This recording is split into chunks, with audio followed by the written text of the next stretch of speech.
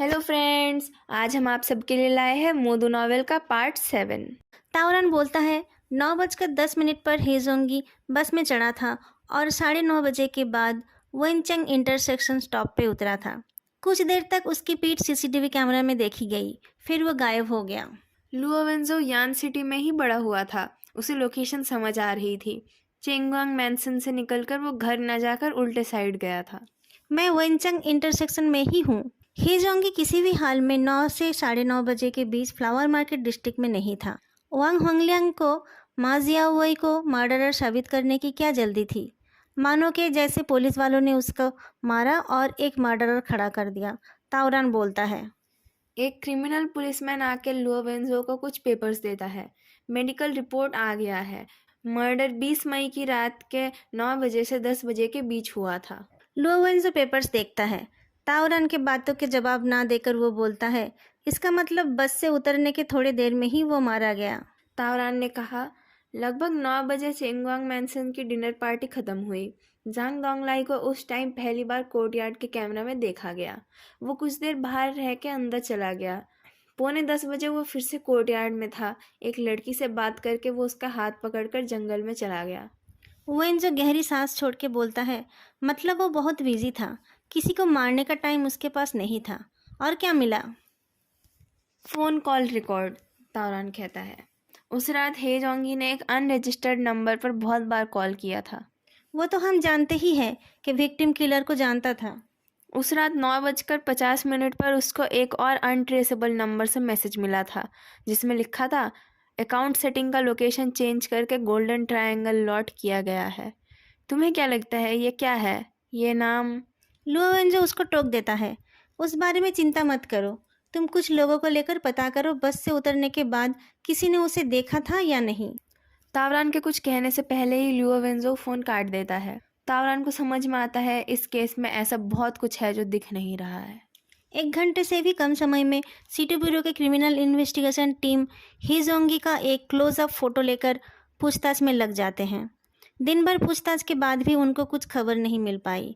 सिर्फ एक बूढ़े आदमी ने कहा कि उन्होंने उसे एक कंस्ट्रक्शन साइट की तरफ जाते हुए देखा था। तावरान जब लुओ वेंजो को फ़ोन करके बताता है कि उसे कुछ इन्फॉर्मेशन नहीं मिली, उस वक्त लुओ वेंजो किसी गाड़ी में था। उसने तावरान को जांग दोंगलाई वाली थ्रेड को पकड़ के चलने की सलाह दी। पूरा दिन काम करके तावरान का दिमाग काम नहीं कर रहा था। उसने पूछा, लेकिन वो तो अब सस्पेक्ट नहीं है ना? जंग टिंग ने कहा हेजोंगी उसे किसी फेंग के बारे में पूछ रहा था। हो सकता है उसने इन भाई बहनों को कभी उस फेंग के साथ देखा हो। और तुमने नोटिस नहीं किया, जेंग डोंगलाई उसी टाइम बाहर गया था जिस टाइम हेजोंगी चेंगवांग मैंसन से बाहर जा रहा था। जेंग डोंगलाई तो घर नहीं जा रहा था, तो फिर वो बाहर क्यों गया था? उस टाइम बहुत लोग घर जा रहे थे। वो शायद उनको सी ऑफ करने गया था। तुम कहना चाहते हो जिससे हेजोंगी मिलना चाहता था वो उन लोगों में से कोई हो सकता है? 10 पॉइंट्स मिलते हैं तुम्हें। अब उस फ़ोन के बारे में सोचो। उस फ़ोन के वजह से ही तुम्हें जैंग डोंगलाई मिला। जैंग डोंगलाई ने अगर वो फ़ोन नहीं दिया तो किसने दिया? हेजोंगी ने वो कहानी बनाई ही क्यों? लो वेंजो थोड़ा रुककर फिर से बोलता है, तुम आज घर चले जाओ, सुबह जल्दी आ जाना। 48 आवर्स पूरे होने से पहले एक बार फिर से जैंग डोंगलाई को पूछताछ कर लेना। क्या तुम अभी वेस्ट फ्लावर मार्केट में हो? सिर्फ मेरी वाइफ को ही मैं कहाँ हूँ ये पूछने का हक है। ताओ ताओ, तुम सच में ये पूछना चाहते हो? क्या तुम वांग होंगलियान के बारे में इन्वेस्टिगेट कर रहे हो? तावरान ने वेंजो की बकवास को अनसुना करते हुए कहा। मुझे जल्दी प्रमोशन नहीं चाहिए। मुझे इस चीज़ से कोई मतलब नहीं डायरेक्टर जांग कैसे वांग होंगलियान को ठीक करते हैं। इसके बाद कौन डायरेक्टर जनरल बनेगा उससे भी मुझे कोई मतलब नहीं है। लेकिन अगर किसी ने क्राइम किया है तो वो जो भी हो, हमारी जिम्मेदारी है उसे अरेस्ट करना। अभी तुम्हारी जिम्मेदारी सिर्फ हेजोंगी के मर्डरर को पकड़ना है। लोवेंजो हंसकर बोलता है, अच्छा ठीक है, बताता हूँ। मुझे अभी सिर्फ शक है कि उसने कुछ गलत किया है। अभी हम उसे क्रिमिनल नहीं कह सकते, लेकिन अगर मुझे कुछ एविडेंस मिलता है तो तुम सबको ही ओवर टाइम करने का मौका मिलेगा। फ़ोन रखकर वेंजो ब्लैक कैब के ड्राइवर की तरफ घूमता है। उसने अपना पूरा नाम ना बताकर सिर्फ जियाओजेन बताया था। जियाओजेन जल्दी से दूसरी तरफ देखने लगता है। लोवेंजो ने कहा, इस केस का अभी इन्वेस्टिगेशन चल रहा है, अभी किसी को कुछ मत बताना, ठीक है? तुमने कहा था तुम्हारी दीदी को वांग होंगलियांग और उसके ड्रग ट्रैफिकिंग गैंग ने मार डाला। लेकिन मुझे पता चला कि तुम्हारी दीदी प्रोस्टिट्यूशन के लिए पकड़ी गई थी और बाद में ड्रग ओवरडोज से मारी गई थी। चेंजेन, मैं सिर्फ तुम्हारे बातों पर भरोसा करके एक डिस्ट्रिक्ट के पब्लिक सेफ्टी इंचार्ज के खिलाफ कार्रवाई नहीं कर सकता। लुओ वेंजो के मुंह से अपना पूरा नाम सुनकर चेंजन ब्रेक लगा देता है। तुम ट्रैफिक रूल तोड़ रहे हो, तुम्हारा चालान कटेगा तो मैं तुम्हें नहीं बचाऊंगा। चेंजन लुओ वेंजो की तरफ गुस्से से देखते हुए कहता है, मेरी दीदी वैसी नहीं थी। लुओ वेंजो कार के दरवाजे पर नॉक करते हुए बोलता है, एविडेंस। दीदी के पास मुझे बताने का टाइम नहीं था।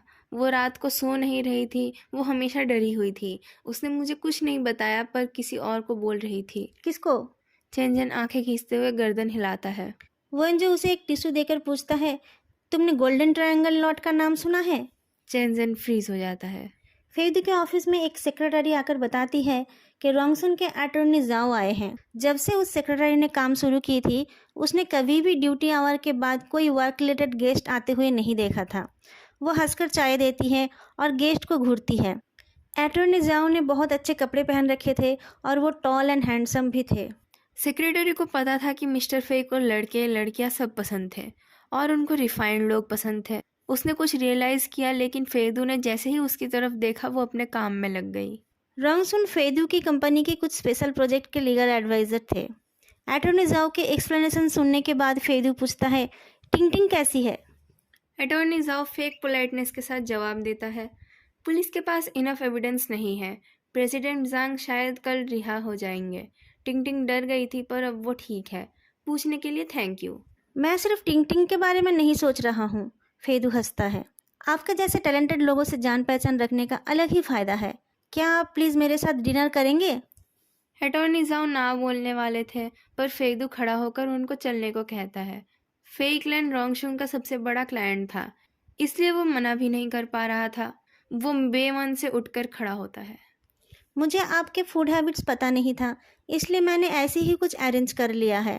फेदू चलते हुए कहता है। अच्छा हाओचंग, आप कहाँ से हो? क्या आप लोकल हो? ये एक सिंपल क्वेश्चन था, लेकिन जाओ हाओचांग जवाब नहीं दे पाता। जवाब ना पाकर जब फेदू पीछे मुड़ता है तो वो कहता है, ठीक। दोस्तों, अगर आपको ये वीडियो अच्छी लग रही है तो तुरंत जाके लाइक, कमेंट और चैनल को सब्सक्राइब जरूर करें। हेजोंगी को मरे हुए 4 दिन हो गए थे।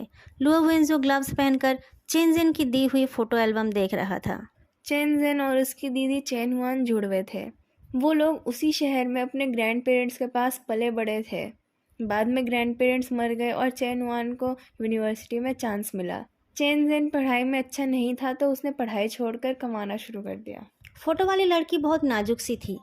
वो हर फोटो में दांत दिखाकर हंस रही थी। पुलिस को शक था कि उसने ड्रग्स छुपा रखे थे। उन लोगों ने उसका सब कुछ छान मारा था। वो लोग उसका सेकेंड हैंड कंप्यूटर, पुराना फ़ोन सब ले गए थे। सिर्फ ये एल्बम ही रह गई थी। फ़ोटो देखते देखते उसको कुछ फ़ोटोज़ दिखी जो यूनिवर्सिटी क्लब इवेंट्स की लग रही थी। एक लड़की उसके क्लोज लग रही थी।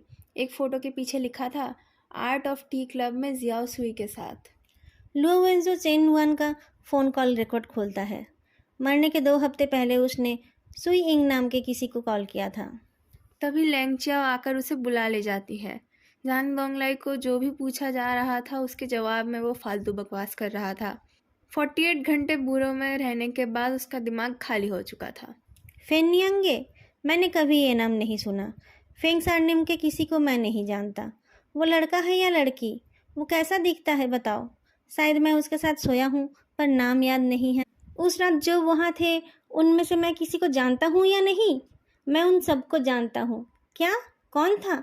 पुलिस अंकल, मैंने उस रात को इतना पिया था कि मुझे अपना नाम याद नहीं था। किसी दूसरे का नाम क्या याद रहेगा? नहीं, रिसेंटली मेरी किसी से भी लड़ाई नहीं हुई। पिटने को भी गिनना पड़ेगा? मैं तो पिटता रहता हूँ। क्या कर लेंगे वो मेरा? कितनी बार बताऊँ, वो फ़ोन मैंने नहीं दिया था। मैं सिर्फ अपने करीबी दोस्तों को गिफ्ट देता हूँ, और अगर देना होगा तो वो फालतू का फ़ोन नहीं दूंगा मैं। क्या मेरा कोई स्टैंडर्ड नहीं है? पैसे उड़ाना और सोना छोड़कर यंग मास्टर जांग की ज़िंदगी में और कुछ नहीं था। बाकी सब चीज़ों से वो उदासीन था। थोड़ी देर उसकी बातें सुनकर लुओ वेंजो कहता है, बचपन में उसके बाप ने उसे सर के बल गिरा दिया था। ताओरन उससे कुछ नहीं निकाल पाया। उसका लॉयर आकर उसे छोड़ देने की डिमांड करता है। लुओ वेंजो कहता है, छोड़ दो उसे। लैंग चाओ बोलती है, कल जब हेजोंगी की माँ रो रही थी तो लोगों ने वीडियो बना ली थी। अगर हम अभी इसे छोड़ देंगे तो हंगामा मच जाएगा। ताओरान बोलता है, हम कह सकते हैं उसके पास एलिबाई है। नहीं, लोवेंजो बोल उठता है, सिर्फ बोलो कि हमारे पास एविडेंस नहीं है। इन्वेस्टिगेशन का कोई डिटेल्स मत बताना। क्या आप इन्फेक्टेड हो गए हैं? लैंगचाओ पूछती है। कांच के बाहर रहकर भी आपको ऐसा हो गया? उसका मंद बुद्धि होना एक इन्फेक्शियस डिजीज होगा। बहुत जवान चलती है तुम्हारी, लोवेंजो उसके सर पर मारकर बोलता है। अगर किसी ने भी कोई भी इन्फॉर्मेशन लीक किया तो मैं खुद उसे देख लूँगा। जांग डोंगलाई को छोड़ने की प्रोसीड्योर खत्म होने से पहले ही ये खबर आग की तरह फैल गई। सारी मीडिया सिटी ब्यूरो पहुंच गई और ऑफिस के फ़ोन पर कॉल आते जा रहे थे। डायरेक्टर लू भी लोवेंजो को बुला के सवाल करने लगे। बाहर की भीड़ देखकर परेशान होकर उन्होंने पूछा, तुम संभाल लोगे ना? लोवेंजो हंसकर बोलता है, मेरे होते हुए भी आप परेशान हो? अगर तुम ढील छोड़ रहे हो तो ध्यान देना, मछली हाथ से निकल ना जाए। ऊपर वालों का प्रेशर मैं कुछ दिनों के लिए संभाल लूँगा। थैंक यू अंकल लू। आप वांग होंगलियन के बारे में चिंता न करें। किसी ने ध्यान नहीं दिया इसलिए ये सब हो पाया। साथ में और लोगों की मदद भी होगी। अगर तुम प्रूफ ला सकते हो तो जितना भी उसका बैकअप क्यों ना हो, मैं और लाओजंग हैंडल कर ही लेंगे। लेकिन तुम सावधान रहना। नीचे आते ही लुओवेंजो का सामना जांग डोंगलाई के फ्रेंड्स एंड फैमिलीज से होता है। जैंग डोंगलाई की फैमिली ने सिर्फ जैंग टिंग को भेजा था ताकि चुपचाप सब कुछ निपट जाए, पर जैंग डोंगलाई के यारों को भनक लग गई। सिटी ब्यूरो के गेट के बाहर लग्जरी गाड़ियों की लाइन लग गई और सजे धजे लड़के लड़कियों ने भीड़ लगा दी। फेदू भी आया हुआ था लेकिन वो चुपचाप झांग तिंग के पीछे खड़ा था। लुओवेंजो ने देखा उसके कान में ईयरपॉड्स लगे हुए थे और वो एक बहुत पुरानी वीडियो गेम में पूरी तरह डूबा हुआ था। वो वीडियो गेम देखकर लुओवेंजो का चेहरा नरम हो जाता है। वो धीरे धीरे फेदू के पास जाता है, ये सोचते हुए कि अगर वो कोई वायलेंट ब्लडी असॉल्ट गेम भी खेल रहा होगा तो भी वो गुस्सा नहीं करेगा। लेकिन वीडियो गेम की स्क्रीन को देखकर वो हैरान हो जाता है। डोमिनरिंग प्रेसिडेंट फेई बड़े ध्यान से पटापन खेल रहे थे। उधर जांग डोंगलाई रिहा होकर अपने साथियों को देखकर खुश हो जाता है। उसने कहा वो ये कभी नहीं भूलेगा और उन सब के लिए कुछ भी करेगा। फेईदू के बी गाइड लेजियन आगे जा रहे थे, लेकिन अचानक एक लैंडस्लाइड की वजह से गेम ओवर हो जाता है। लुओवेंजो पूछता है, मुझे ये कभी समझ नहीं आया, तुम इन लोगों के साथ क्यों घूमते हो? फेदू उस पर नज़र डाल के अपना गेम पॉकेट में रख लेता है, क्योंकि मुझे लगता है डोंगलाई की ज़िंदगी बहुत फिलोसॉफिकल है। जब ये सब अमीरजादे गेट से निकल रहे थे उस टाइम हेजोंगी की माँ आ जाती है। उनकी आंखें सूखे और लाल थे। वो सब पर नज़र घुमा के पूछती है, मेरे बेटे को किसने मारा? जांग डोंगलाई ने कहा, क्या पता, पर वो मैं नहीं था। जैंग डोंगलाई चलने लगता है। उसके पीछे उसके सारे दोस्त भी दो हिस्से में बंटकर चलने लगते हैं। बीच में वो औरत खड़ी रहती है। सबको उसे अवॉइड कर जाते देख वो बोल उठती है, किसने मारा मेरे बेटे को? तुम सब नहीं जा सकते। वो हाथ बढ़ाती है तो एक लड़की के बाल उसके हाथ में आते हैं। वो लड़की चीख उठती है और एक लड़के के पीछे छुप जाती है। एक लड़का उस औरत को ब्लॉक करके बोलता है, क्या कर रहे हो, पागल हो गए हो क्या? धक्का लगकर वो औरत पीछे से आते हुए फेईदू के ऊपर गिर जाती है। फेईदू के कुछ समझने से पहले वो औरत उसकी कीमती पैंट पकड़ लेती है। वो बार बार बोलती रहती है, तुम नहीं जा सकते, तुम्हें जवाब देना पड़ेगा। फेदू उसकी पैंट पकड़ी हुई औरत की तरफ देखता है। वो ऑकवर्डली उनके कंधे पर हाथ रखकर बोलता है, आप खड़े होना चाहते हो? वो औरत ऊपर देखती है। उसकी नज़र फेईदू की नज़र से मिलती है। आंसुओं से भीगे हुए चेहरे के साथ वो एक मिट्टी के ढेले जैसी लग रही थी। फेदू को जैसे उनकी आंखों में कोई और दिखाई देती है। वो झुककर उस औरत को उठाता है। जांग डोंगलाई की तरफ हाथ हिलाकर वो बोलता है, तुम लोग निकलो। अगर आप लोगों को आज का ये पार्ट अच्छा लगा हो तो लाइक, कमेंट और चैनल को सब्सक्राइब करना मत भूलना। फिर मिलेंगे अगली वीडियो में, तब तक के लिए बाय।